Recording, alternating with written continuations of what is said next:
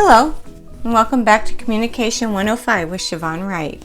Today I'm going to give you an overview of culture and communication, and I want to remind you that this is just a prelude to Chapter 3 and is not intended to replace reading the chapter. Okay, so Chapter 3 examines the degree to which culture shapes our communication style. Not just the tools we communicate with, but literally also the style of communication. And to give you an idea, that can be something as simple as greetings.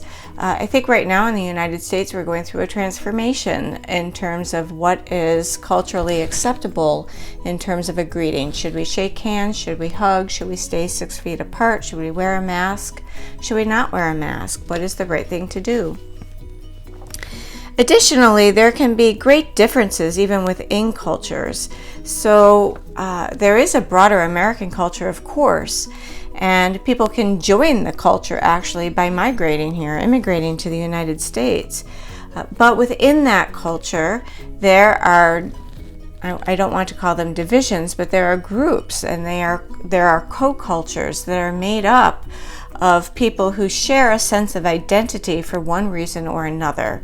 So many co-cultures we couldn't list them all. There are so many. Within those co-cultures, we can have a co-culture that we belong to or don't belong to, that we used to belong to, that we no longer belong to. For instance, high school students, right? You can see with a high school student that they start off a co-culture of high school students, and then they leave that co-culture behind. That becomes something of their past, and that co-culture doesn't continue, and the language of the co-culture doesn't continue, and the means by which that co-culture of high school students communicates also changes too. So that's just to illustrate that we often move from one co-culture to another throughout a lifespan, and in many different ways. It could be also religion. So a co-culture is meant to describe the various groups to which we get our sense of identity from, and much of our identity is based on how we communicate, what we believe, and how we represent that. So when you have, for instance, an American flag, that often communicates a sense of where somebody is from when somebody displays a flag, or the degree to which they feel patriotic or maybe committed to masks. All right, one of my strategies for introducing some of these concepts is to use a bumper sticker that I actually love, the Coexist bumper sticker. It's been around for more than a decade. And what I like about this is it helps me teach a very basic concept, and that is that we can communicate sometimes to multiple co-cultures, some of which we belong to, our in-groups, and some to which we do not belong to, our out-groups. And we are communicating with other members of different groups, or we are communicating across groups with this kind of bumper sticker. So it's one message, coexist. I think there's an implied exclamation point at the end of it. And I want you to see that it is calling out specifically to various in-groups. One in-group, people who share an identity based on group membership, would be the Pride community. So this particular version of the bumper sticker is in the Pride colors, or the rainbow. It also speaks out to another group, Islamics, and yet another, pacifists, people who believe in gender equality, people who are Jewish. I recently learned about the 5-point star. It is regarded as a symbol of the Enlightenment and of thought. The yin-yang of Taoism, balance. The Christian cross, the crucifixion, and the notion that we all have a cross to bear. So we all have something we are enduring. So this is a good example of A, communication, 2, B, out-groups. So let me get on to what's the difference between an in-group and an out-group. An in-group is made up of people who have a shared value system sort of like in compartments. So we see in groups here, just because somebody is Islamic, however, doesn't mean that on another level, that they're in a friend group together. So the in-group is broader than a friend group. And I've had students mix those things up before, so I do want to emphasize that. A friend group is some purified version of an in-group, and actually a very, very changeable group. So in-groups and out-groups. In-groups are similar to us. They hold similar values. Out-groups are groups to which we do not think we belong, and maybe do not belong. And there is a relationship between these two groups. So to communicate in one's in-group means to use a familiar language, and I think middle school girls are actually the drivers of some of the broader culture's linguistic patterns. I always find that to be very satisfying that little girls can have so much effect on how we speak.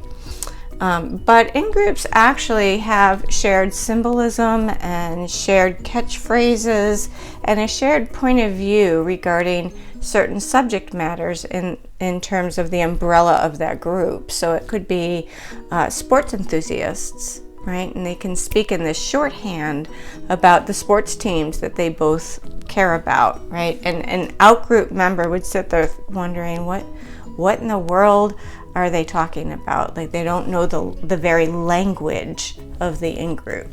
So a good example of that could be like Trekkies. If somebody is a Star Trek fanatic, they belong to an in-group of people who speak the same language, who remember shows together and characters and moments in the trajectory of Star Trek. Out-group members are perceived of as being different. They're not our people. That would be the true rejection of an out-group member. And one of the things that happens with out-groups is that we all start to practice a certain uncertainty avoidance. We avoid out-group members in part because we're so uncertain. And so I want this chapter to challenge the degree to which you stay too comfortable inside your in-group and never challenge your comfort level by experiencing out-groups. Again, in-groups and out-groups change throughout a lifetime, so it's good to be flexible in this regard. To understand that your out-group now may be your in-group tomorrow. So to reject an out-group is to be very, very limiting. Okay, so out-group rejection or uncertainty avoidance, it leads to stereotyping. So anytime you hear somebody use a word that is supposed to be derogatory, like snowflake or some other disparaging term, you know that out-group member, the perceived out-group member, has been defined in a paralyzing way.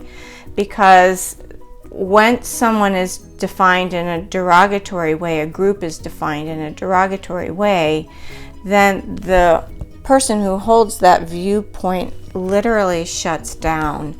So stereotyping leads to prejudice, prejudice leads to intolerance, and intolerance leads to contempt, and contempt leads to a rejection of others and actually an inability to communicate because people stop hearing. They don't just not listen, they literally are unable to hear. And I want you to pay attention to that in your own lives. And a good place to begin with that is in social media, and understanding that social media gives us a great avenue for understanding what happens within groups, right? So the algorithms of social media feeds perpetuate in-group thinking, so that if we click on something that we like, it's a meme, we'll get more memes like that. So it's a reinforcing element in our perception of the world. And it further contributes to what we laugh at and what we don't laugh at, which is another form of communication. So I want you just to see how this operates in social media and then understand this is the way that it operates in the world. So the more you pursue one way of thinking without ever clicking on the opposite side, without ever seeing what somebody with opposing viewpoints thinks and in a respectful way, the more you will drive yourself into uncertainty avoidance, which creates, again, a lack of flexibility in communication style. Okay, so that is a prelude to the chapter. It is not all of the chapter. There are lots of terms that I want you to pay attention that I didn't even mention. Hint, hint, like here comes one hint. I didn't talk at all about, let's see, cultural, what were some of the terms that I didn't use? Ethnocentrism. I didn't use ethnocentrism, individualism, collectivism.